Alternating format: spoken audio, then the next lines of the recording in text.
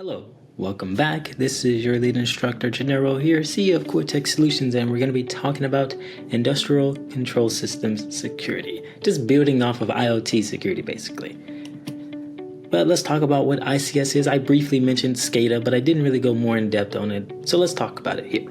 Now, it's all about protecting, at least ICS, right? It's all about protecting those devices such as SCADA. Now, these devices, and we'll dig more into that, but think of like your power grids, your water plants, your processing factories. Cyber attacks on these systems can lead to massive disruptions because we're talking about water plants here. We're talking about the power, the CD power, right? So we want to be sure to understand that there are multiple aspects of this and what are we actually protecting? So what are ICS systems?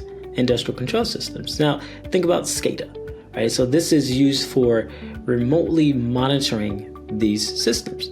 Think about your programmable logical controllers, your distributed control systems. These are devices on site.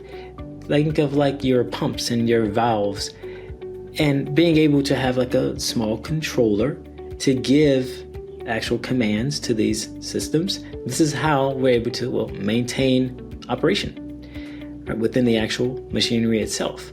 Now, some of the key features though to think about are going to be, well, how can a IT system, because we know it can be compromised, or at least one portion of it, right? A folder or a file could be compromised, but that system in a sense can still work. Not so much for the ITS systems, because the systems themselves, they are kind of engineered, at least from the minimal standpoint, for fail safety. But in real time, it's hard for it to, actually reoperate itself, restart itself in a sense, especially when it comes to our older systems, like our SCADA systems. Now, some of the unique challenges that we may run into.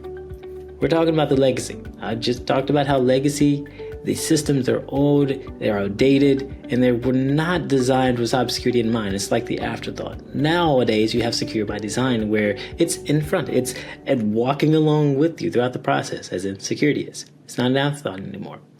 But some of those unique challenges, they still play in effect to this day. And then the incidents like the Stuxnet worm, right? On the attack of the Ukraine's power grid. That's how powerful, that's how challenging it can be if something like this does occur, because there is a loss of life. There is a mass disruption of power.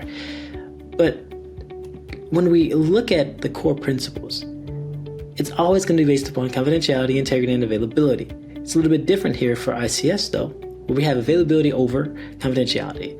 This means that some systems, think of like QA, the quality assurance. But for this particular, an example is going to be, a water treatment facility is going to need continuous operation to ensure that we have clean water, right? All times availability. The integrity of the system, so incorrect or data that's not inputted correctly, or some data that's been manipulated, can cause dangers and overflows. For instance, you can have a pressure valve go a little bit too high. That could be a danger.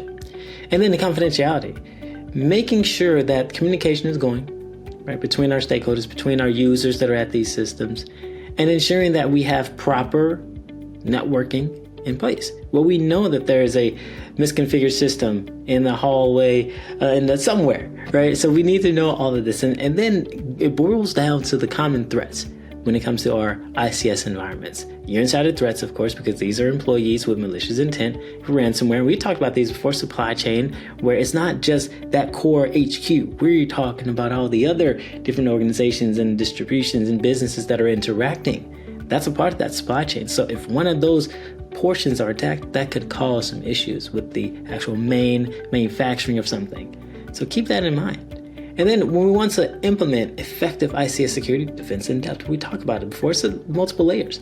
We're placing firewalls, we're placing IDSs, we're placing all these different things as far as like something in between the internet or the regular devices and the operational technology devices, which is like your SCADA. And then, of course, we're always going to go back to a certain framework. Well, in this cybersecurity framework, it focuses on identifying, protecting, detecting, the functions of, recovering from ICS threats.